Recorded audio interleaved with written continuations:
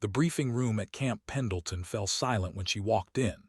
Captain Myra Cale moved through the space like smoke, her uniform crisp despite the California heat bleeding through the walls. She was 34, compact, with the kind of stillness that came from years of making decisions where hesitation meant body bags. The young Marine at the door had barely glanced at her ID before waving her through, his eyes already back on his phone. She'd expected that. What she hadn't expected was the man blocking her path to the front row, his massive frame planted like he owned the concrete itself. "Ma'am, these seats are reserved," he said, not quite meeting her eyes. His name tape read MORRISON, and his Lance Corporal insignia caught the fluorescent light. "Command personnel only." Myra stopped. She didn't speak, didn't need to, but Morrison apparently needed her to move because his hand came up, not quite touching her shoulder but close enough to make his point. "There's seating in the back. These are for the brief." The room wasn't full yet. A handful of officers clustered near the projector, reviewing slides that detailed a joint operation off the coast of Yemen. Myra recognized two of them, both Navy commanders who'd worked under her during the Kandahar extraction that never made the papers. They hadn't seen her yet. Morrison's hand hovered, waiting for compliance. "I appreciate the guidance, Lance Corporal," Myra said quietly. Her voice carried anyway. It always did. "But I'll stand here." Morrison's jaw tightened. The room's ambient noise dimmed as heads turned. "Ma'am, with respect, I have my orders. Command personnel only in this section." "Then we're in agreement." She didn't move. His hand dropped to her shoulder now. Not hard, not aggressive, just insistent. The touch lasted maybe 2 seconds before a voice cut through from the front. "Morrison, what the hell are you doing?" Commander Price was already moving, his face the color of old brick. Behind him, Commander Reeves had gone completely still, her tablet forgotten in her hand. The recognition hit them both at the same moment, and Price's expression shifted from irritation to something approaching horror. "Sir, You were just putting your hands on Captain Cale," Price said, each word carefully spaced. "The officer commanding SEAL Team 7, the woman who's running this entire operation." The room crystallized into absolute silence. Morrison's hand jerked back like he'd touched a live wire. His face went from red to white in the space of a heartbeat. Myra didn't look at him. She kept her eyes on Price, waiting. "Captain," Price said, and his voice had dropped into something close to reverence. "We weren't expecting you for another 20 minutes. Traffic was light." Myra stepped past Morrison, her shoulder brushing his chest. She took the center seat in the front row, crossed her legs, and pulled a slim folder from her briefcase. The room stayed frozen. Morrison stood there, his hand still raised slightly, his brain clearly trying to process what had just detonated in his face. Reeves leaned in to whisper something to Price, and both of them glanced at Myra with the kind of careful respect usually reserved for unexploded ordnance. The brief was supposed to start in 5 minutes. Myra clicked her pen once and began making notes in the margins of her mission folder, her handwriting precise and unhurried. The overhead lights hummed. Someone near the back coughed. Morrison hadn't moved. He stood there like a statue, and Myra could feel the weight of his stare on the back of her neck. She didn't turn, didn't acknowledge him. Command wasn't about making people feel small. It was about making them understand where they stood in the machinery of war. Price cleared his throat and moved to the podium. "Gentlemen, ladies, let's get started." His eyes flicked to Morrison. "Lance Corporal, take your post, outside." Morrison hesitated for just a fraction of a second, then turned and walked toward the door. His boots were too loud on the concrete. Every eye followed him until he disappeared into the hallway, and then the attention swung back to Myra. She still didn't look up from her notes. "This operation," Price began, pulling up the first slide, "is a joint coastal interdiction targeting a high-value weapons cache in the Gulf of Aden. Captain Cale will be running tactical command from the USS Boxer, with direct oversight of SEAL insertion and extraction." He paused. For those who don't know, Captain Kale has run more successful black ops in the last 3 years than most of us will see in a career. She's why we're all here. Myra clicked her pen again. On her notepad, she'd written a single word, Morrison. Underneath it, a question mark. She'd deal with that later. Right now, there was a mission to brief. The slide changed. A satellite image of a Yemeni coastline appeared, marked with red circles indicating target zones. Price walked through the logistics while Reeves handled communications protocol. Myra listened without interrupting, her eyes tracking the details that mattered. Insertion points, extraction windows, civilian proximity, political fallout if things went wrong. She'd seen the intelligence reports 3 days ago, but watching other officers interpret them told her more about weak points in the plan than any document could. 15 minutes in, Price opened the floor for questions. A Marine captain near the middle raised his hand. What's our contingency if the target location is compromised before insertion? We abort and reposition, Myra said before Price could answer. Her voice cut clean through the room. No heroics, no improvisation. If the intelligence is bad, we pull back and wait for better conditions. She glanced at Price. Unless command has a different assessment. No, ma'am, Price said quickly. That's the protocol. Another hand went up, this time from a Navy lieutenant. What's the risk assessment on civilian casualties? Myra set down her pen and turned slightly in her seat so she could see the questioner. Low but non-zero. The target building is in a commercial district, but our window is 0300 local time, minimal foot traffic. Rules of engagement are strict. We don't fire unless fired upon, and we don't pursue into civilian structures. She paused. Anyone who can't operate under those constraints doesn't belong on this mission. The lieutenant nodded, satisfied. The briefing continued for another 30 minutes, covering logistics, medical support, and communications encryption. Myra contributed sparingly, only when someone missed a critical detail or when Price looked to her for confirmation. By the time they finished, the room had settled into a kind of focused calm, the earlier tension with Morrison fading into procedural discipline.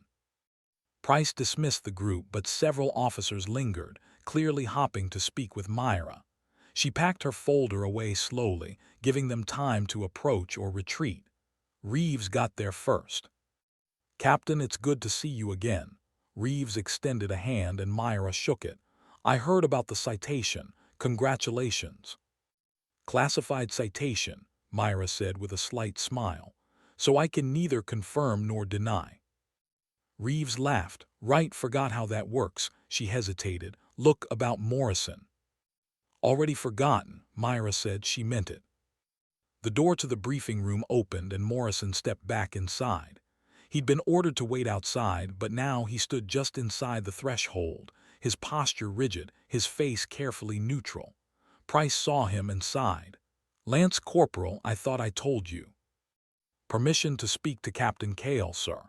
Morrison's voice was steady, but there was something underneath it, something that sounded like humiliation and determination mixed together. Price looked at Myra. She nodded once. Granted. Morrison crossed the room in 5 strides and stopped 3 feet from her. He didn't salute, didn't stand at attention, but his shoulders were squared. Ma'am, I need to apologize.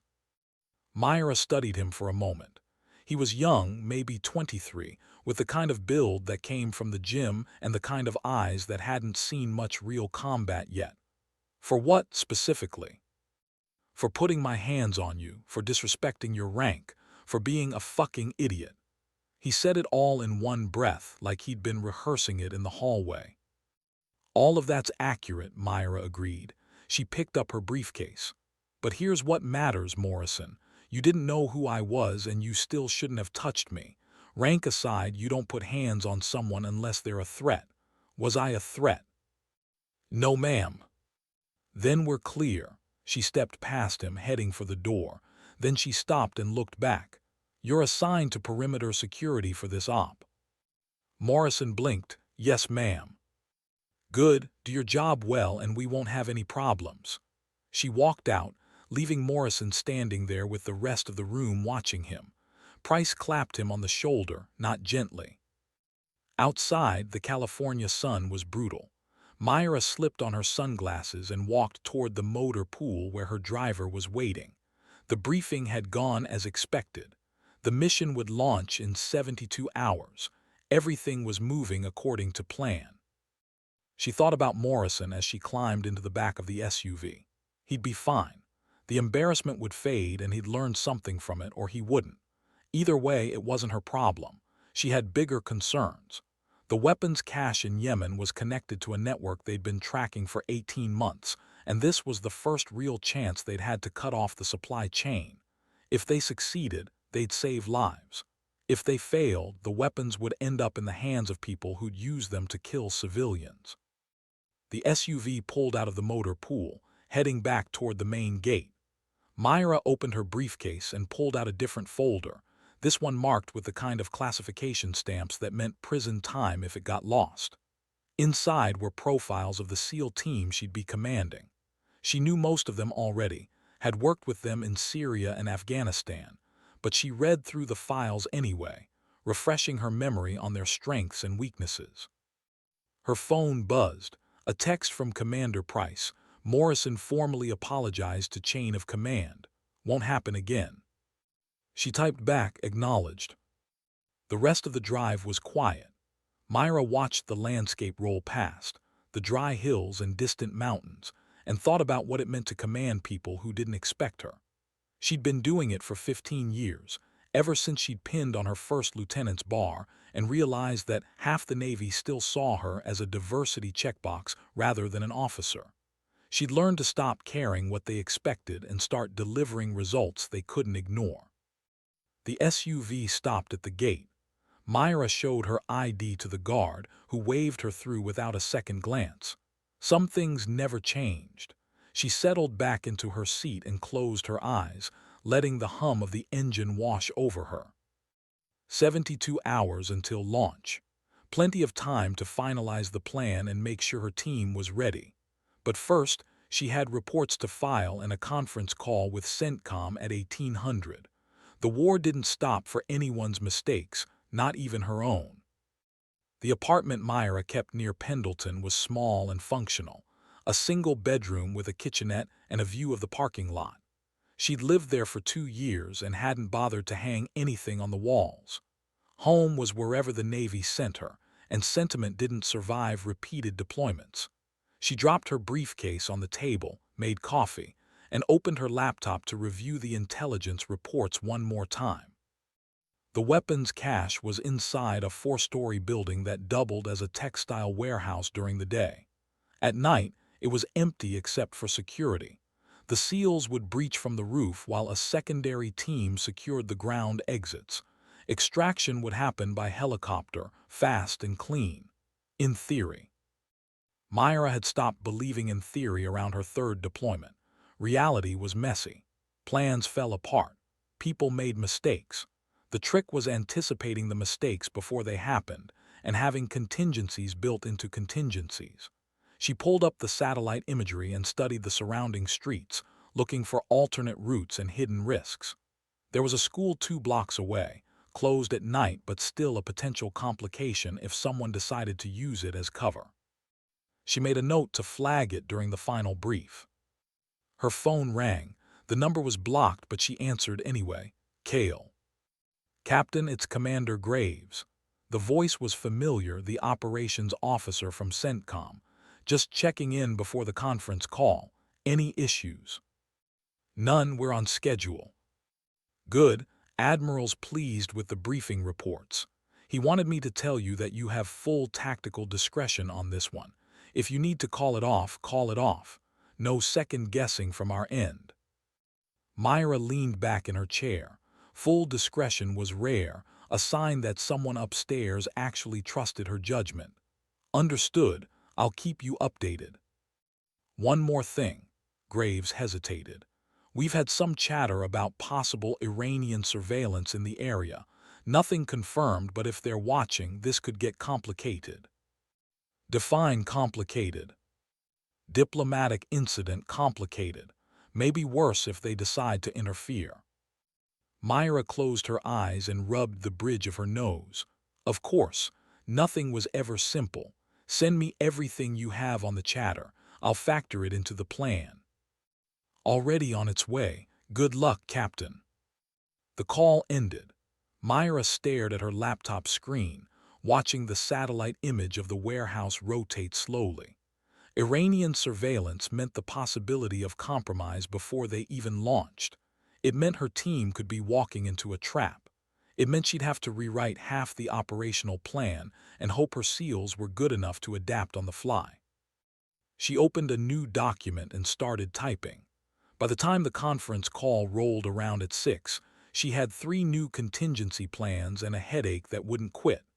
The Admiral listened to her brief without interrupting, asked 2 questions about extraction protocols, and signed off on the revised timeline. The mission was still a go. Myra made dinner, a simple pasta that she ate standing at the counter while reading through personnel files. Her team was solid. Chief Warrant Officer Rachel Vance, the team lead, had 16 years of experience and a reputation for staying calm under fire. Petty Officer First Class David Torres handled demolitions and had a knack for reading buildings like blueprints. The rest of the team was equally capable, handpicked for their ability to operate independently and think on their feet. She trusted them. That was the important part. Trust was the only currency that mattered in special operations. Without it, plans were just words on paper. At 10, she called it a night. The bed was uncomfortable, the mattress too soft, but she'd slept in worse places. Her last thought before drifting off was of Morrison, standing in the briefing room with that look of horrified realization on his face. She wondered if he'd learned anything from it. She wondered if it mattered. The next 2 days blurred together in a series of meetings, equipment checks, and final briefings. Myra flew out to the USS Boxer on a C-130, sitting in the jump seat with her headset on, listening to the pilot's trade jokes over the intercom. The carrier was positioned 200 miles off the Yemeni coast, a floating city of steel and aviation fuel. She checked in with the ship's captain, reviewed the operation one more time with her SEAL team, and tried to sleep in the cramped quarters they'd assigned her.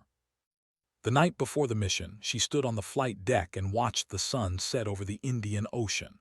The sky turned orange, then purple, then black. The water below was endless and indifferent. Somewhere out there, in a warehouse in a city she'd never visit, weapons were waiting to be moved. Her job was to make sure they never reached their destination. Chief Vance found her standing there an hour later. "Captain, team's ready when you are." Myra turned. Vance was 41, built like a linebacker, with a scar along her jawline from a training accident in Coronado.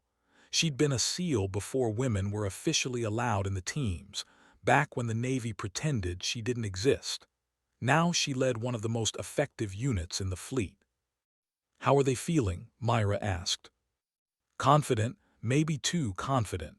Vance crossed her arms. "Torres thinks this is going to be a cakewalk. I told him to save the celebration for after we're wheels up."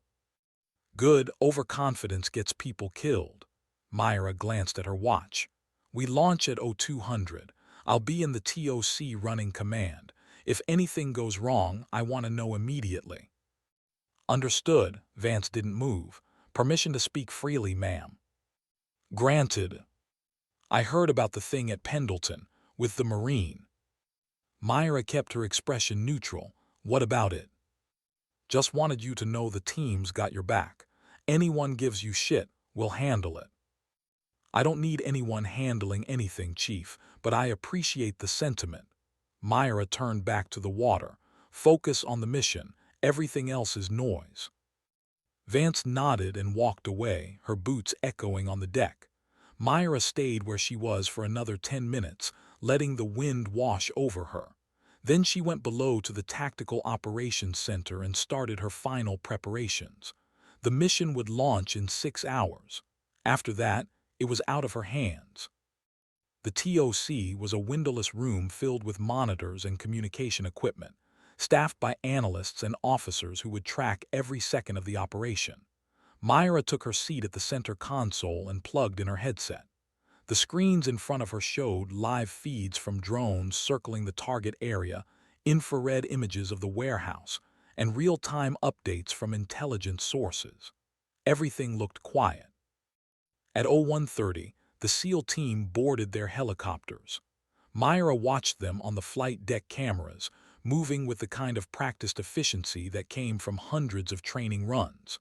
Vance gave a thumbs up to the pilot and climbed inside. The rotors spun up, and the helicopters lifted off into the night, running dark with no navigation lights. Myra switched her headset to the tactical channel. Anvil 1, this is Overwatch. Radio check. Overwatch, Anvil 1, 5x5. Vance's voice was calm and clear. Copy, you are green for approach. Weather is clear, no contacts on radar. Execute as briefed. Anvil 1 copies, we're inbound. The helicopters disappeared into the darkness, and Myra settled in to watch the operation unfold. The flight to the target would take 30 minutes. After that, it was all down to execution. She pulled up the mission timeline on her secondary monitor and started tracking each phase, making notes on anything that deviated from the plan. The analysts around her worked quietly, their faces lit by the glow of their screens. Someone handed her a cup of coffee. She sipped it without tasting it, her eyes locked on the drone feed showing the warehouse. The building was dark except for a single light on the third floor. Security, probably. The streets around it were empty. At 01:50, Vance's voice crackled over the radio. Overwatch, Anvil 1. We have visual on target, beginning descent. Myra leaned forward. The infrared feed from the lead helicopter showed the warehouse roof flat and empty. Perfect. Anvil 1, you are clear to engage. Authorization confirmed. Copy, moving in. The helicopter descended, and the SEAL team fast-roped onto the roof. Myra counted them as they landed. 1, 2, 3, all 12 accounted for. They moved immediately to the roof access door, and Torres placed a breaching charge. 5 seconds later, the door blew inward, and the team disappeared inside. Overwatch, Anvil 1. We're inside, proceeding to primary objective. Copy. Myra's hands were steady on the console, her heartbeat slow and even. This was what she'd trained for, the moment when everything came together or fell apart. She watched the thermal imaging as the team descended through the building, clearing rooms and moving with mechanical precision. Then the radio exploded with noise. Contact, contact, we have armed personnel on the second floor. Vance's voice was sharp but controlled. Engaging now. Myra's jaw tightened. Armed personnel meant the intelligence was incomplete. It meant someone had known they were coming. Anvil 1, confirmed number of hostiles. At least 6, Overwatch. They were waiting for us. Shit, Myra pulled up the contingency protocols and started running through options. Anvil 1, do you have a clear egress route? Negative, they've locked down the stairwell. We're pinned on 2.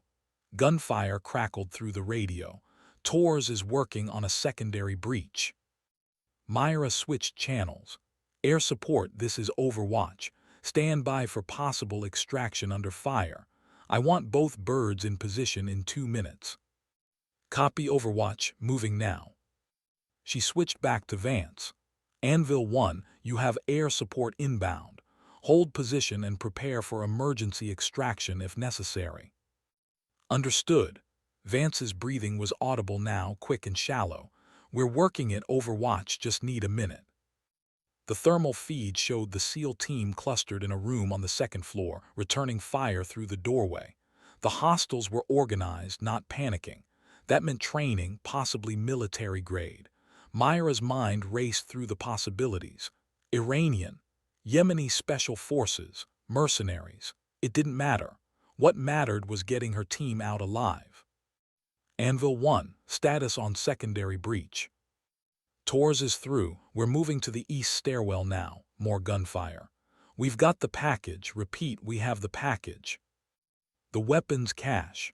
They'd secured it even under fire. Myra allowed herself 1 second of relief before refocusing. Copy. Proceed to extraction point Alpha. Air support is standing by. Anvil 1 moving. The thermal feed showed the team fighting their way toward the eastern side of the building. 2 hostiles went down, then a third. The SEALs were faster, better trained, and now they had momentum. Myra watched them reach the stairwell and descend to the ground floor, where the secondary team was holding the exit.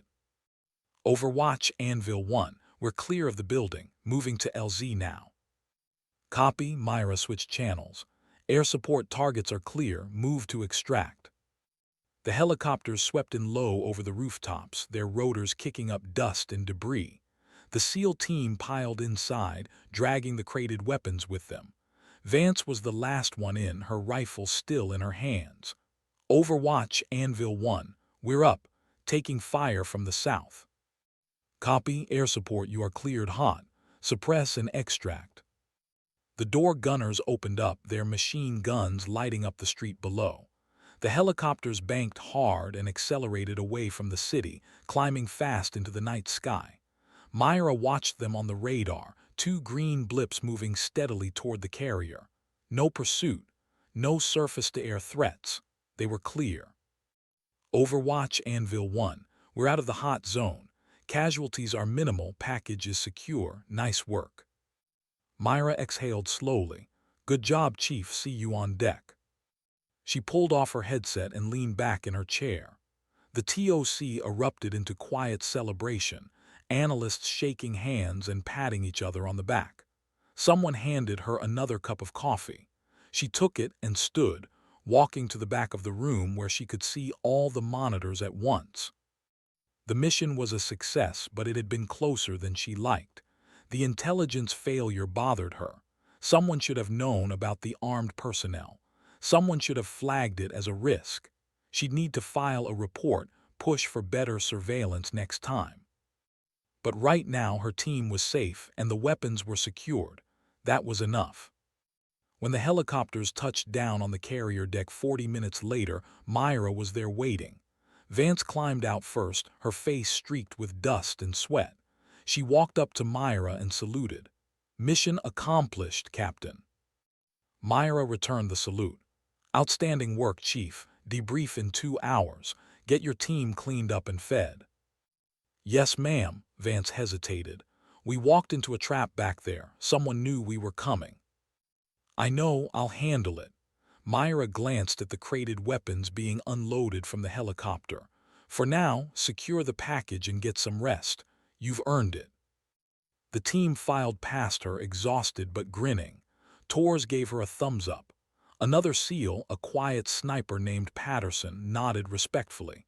They knew what she'd done in the TOC, how she'd kept them alive when things went sideways. That was command. Not glory, not recognition. Just making sure your people came home. Myra walked back to her quarters and sat on the edge of her bunk. Her hands were shaking now, the adrenaline finally catching up. She let them shake. It was better than pretending she was made of stone. 2 hours later, she ran the debrief in the carrier's briefing room. Vance walked through the operation step by step, highlighting the moments where things had gone wrong and what they'd done to adapt. Myra listened without interrupting, making notes on her tablet. When Vance finished, she opened the floor to questions. Why do you think they were waiting for us? Tors asked. Someone leaked the intel, Myra said bluntly. Either on our side or on theirs. I'll be investigating that with CENTCOM. For now, assume operational security was compromised and adjust accordingly on future missions. What happens to the weapons? Another SEAL asked. They'll be analyzed by intelligence, then destroyed. The supply chain is broken, at least for now. Myra stood. You did good work tonight, all of you. Get some rest. Dismissed. The team filed out, and Myra was left alone in the briefing room. She stared at the blank projector screen and thought about Morrison again, standing in that other briefing room with his hand on her shoulder. The connection was absurd, but it stuck in her mind anyway. Both moments were about the same thing, assumptions about who belonged where and who had the right to command respect. Her phone buzzed. A message from Admiral Graves, excellent work, full report by end of week. She typed back, understood. Then she left the briefing room and walked out onto the flight deck. The sun was rising, painting the ocean gold and red. The air smelled like salt and jet fuel. Somewhere back at Pendleton, Morrison was probably standing guard duty, thinking about his mistake. Somewhere in Yemen, the people who'd set the trap were regrouping, planning their next move. The war kept turning. Myra stood there and watched the light spread across the water, and for just a moment she let herself feel the weight of what she carried. Command, responsibility, the lives of people who trusted her to make the right call every single time. Then the moment passed, and she went below to write her report. The work was never finished. It just kept coming, mission after mission, decision after decision, until one day it was someone else's turn to stand on the deck and watch the sunrise. But that day wasn't today. Today she was Captain Myra Cale, and she had a war to fight.